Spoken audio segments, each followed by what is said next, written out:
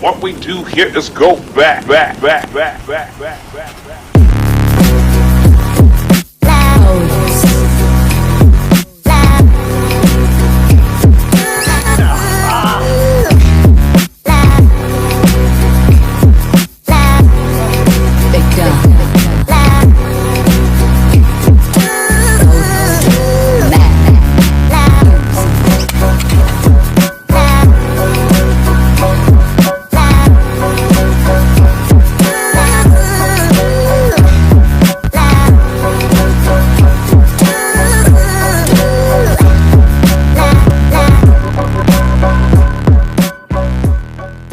How's it going, guys, and welcome to episode 6 of the Lost Media podcast. Old school Lost Media is on the agenda today, and we're talking about the films of Georges Méliès. I'm not very good with my French.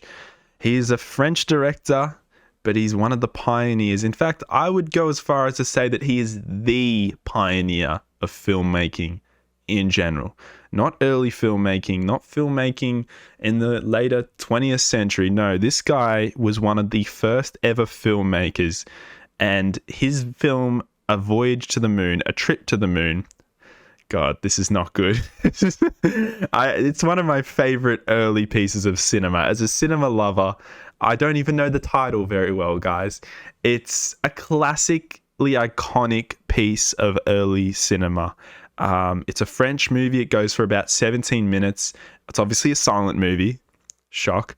And I can't imagine what the reaction would have been like to this movie back in 1902. Before I talk about the story, obviously, of why this is so sad, this filmmaker's lost media, The Voyage to the Moon is definitely worth discussing because it was genuinely one of those moments in time, similar to the story of the Kelly Gang, because of how long it went for. This, in terms of a filmmaking breakthrough, 4 years before the story of the Kelly Gang, in 1902, this would have captured the imagination, not just of the French people who saw it probably firsthand, but the entire world.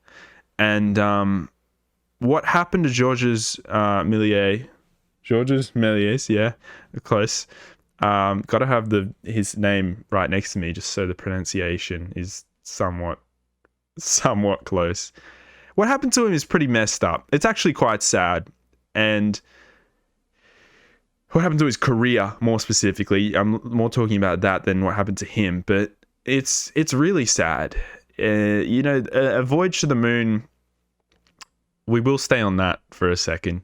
I apologize. It is just, you look back and you try and put yourself in the position of people who had never watched a movie before, who had never seen, any sort of cinema before, and your minds would literally be blown in the theater.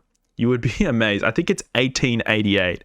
It's the first ever moving pictures, the first ever film ever, and it's the round garden scene. So it's only 14 years later. It's just ridiculous. Only 14 years later, this film is being released, and it is incredible. It's become, in popular culture, even to this day, it is still iconic. It has been parodied over and over and over in all sorts of, just about any famous piece of film or television in the 21st century or late 20th century has parodied this in like a really charming way. And that's because it is the beginning of entertainment in moving pictures right in front of us as we know it. This is the beginning. And what makes this so iconic is the moon. The shot of the moon, I think that is, if that wasn't in the movie, it wouldn't have been as iconic as it became. The moon's smiling at the visitors about to visit it, and then the spaceship lands splat on the moon like it's ice cream with a face, and the shot of the spaceship taking up like 15% of the moon's total size, very, very accurate to what traveling the moon would be like in real life. It's just such a special piece.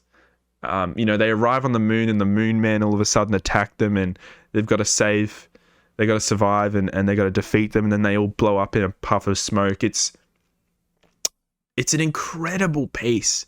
it's just there's so many moments in this film, and I sound like a massive nerd. I sound like a complete loser, probably the way I'm discussing this. But I'm a filmmaking buff, and I'm a film obsessed person. And when I look back, when I cast my mind back, if someone was to say what's the first movie that was groundbreaking, I'd always say this one, because it's a very, very special moment in time. It's playing behind me. I forgot to mention that 4 minutes 40 in, my God. Obviously it's playing behind me because it's just so famous, but I'm trying to imagine myself if I was alive in 1902 watching this, and it'd be the coolest, one of the most memorable experiences for a person, just seeing technology arrive like this. It's incredible. So cool. So what happened with Georges Méliès is he made a lot of movies. He went on to make about 500 movies. And of course, as I said in the Story of the Kelly Gang podcast, cinema didn't have any working grassroots. It didn't have any history to it yet. It wasn't a thing yet. It was, stage plays were obviously very famous for hundreds of years, but cinema wasn't. It was brand new still. So he wasn't able to consistently make a bunch of money from his films. He made over 500 films, about 500 to 550 films. Only about half of them are still around to this day, which is still a lot. It's still a lot. I might be wrong there. You can correct me in the comments. It might be far less than half, or a little bit less than half. But I do know that he burnt down half of his films. He melted down half of them because of the silver nitrate, or the silver, I think, that was in the film canisters and the film rolls that was, in between all the film and was just in there. He had to destroy all of his films because he needed to survive and eat and live and make money somehow.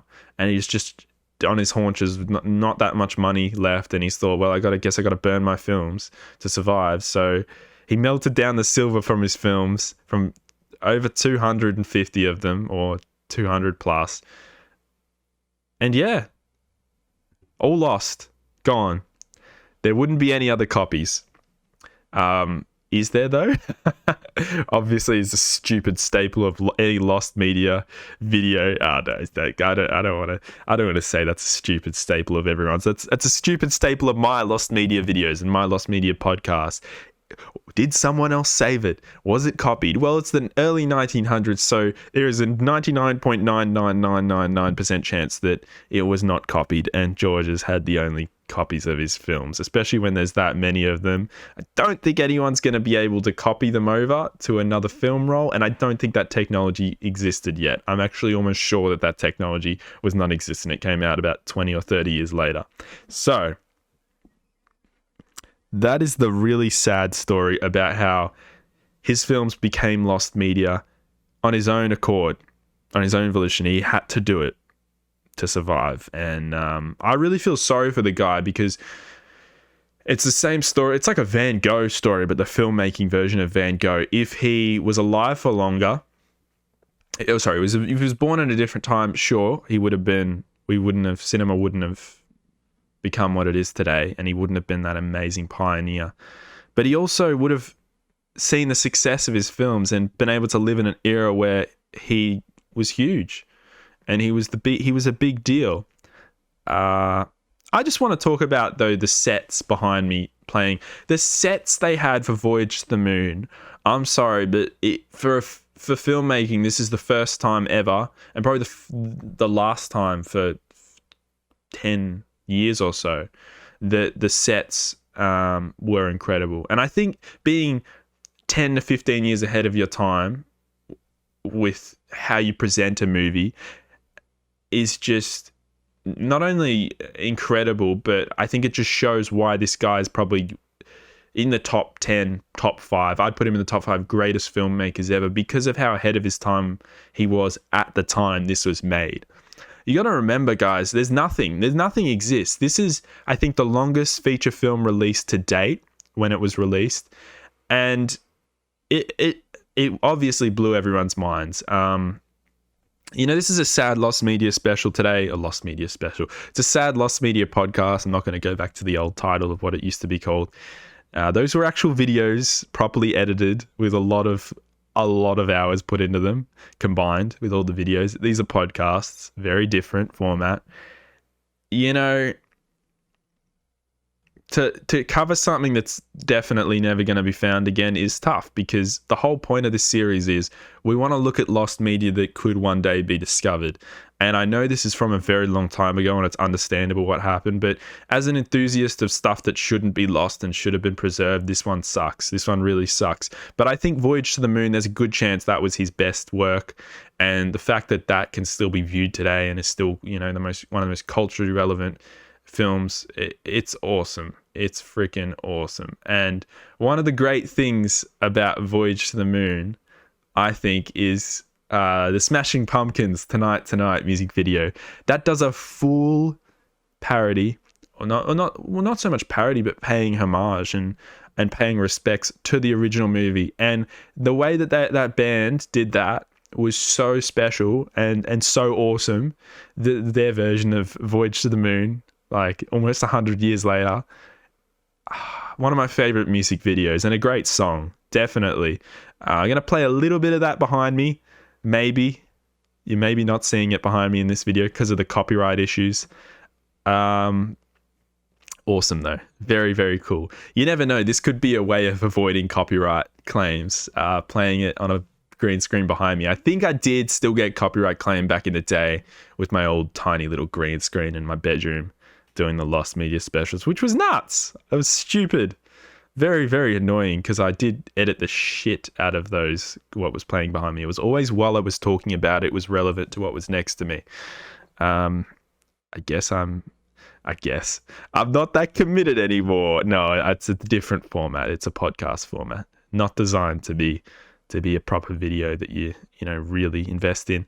And when it's I think the landscape, I'm getting very off topic to the topic of today's thing. I think the landscape of lost media videos today is completely different to what it would have been like back then, because back then on YouTube, a video was most of the time just someone talking to a camera, and nowadays a podcast is filmed with someone talking to a mic, or a stream highlights, or a stream, and a video is more like commentary over it. That's how you know it's going to be properly edited. Anyway, guys, sad topic today. Really, if you're in love with film history like I am, really, really disappointing what happened, but it was a very long time ago and there's nothing you can do about it. But this is one of those topics I'll probably be discovering that there is a 0% chance, or 0.1% chance of any of this being found one day. But yeah, what a filmmaker he was. What a legend. Please watch Voyage to the Moon, guys. It is, you're probably not going to be that invested in it, but just watch it, definitely. Focus on the sets. Focus on the sets at the beginning, what they were able to achieve with that. Or every single scene. I think they had 3 sets in that movie, and they looked incredible, or 4. And the props and everything, amazing. I'll be back for some more Lost Media podcasts coming soon. I think I'm going to do Shrek's Lost Media, which includes a few different things. The original version of Shrek, of course, because I think that relates to Food Fight in some sort of way, in reverse, because Shrek is an iconic film. I've said iconic a lot in this, and it's kind of cringe, I notice, when someone says the word iconic. I apologize if you're someone who gets annoyed by that. And I think tomorrow I'm also going to do another Lost Media on a scene from a film. I'm not going to say what it is, but it's a scene from a film that if it was released in the film, it would have changed entirely, and we can't find it. It's part of a broader topic of a filmmaker who just deleted all of his scenes. So you probably already figured what that is.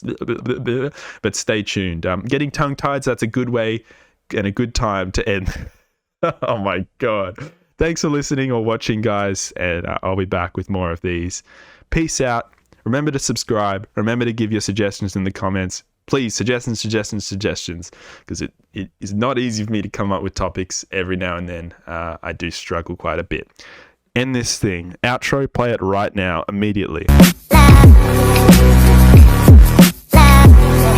Big gun.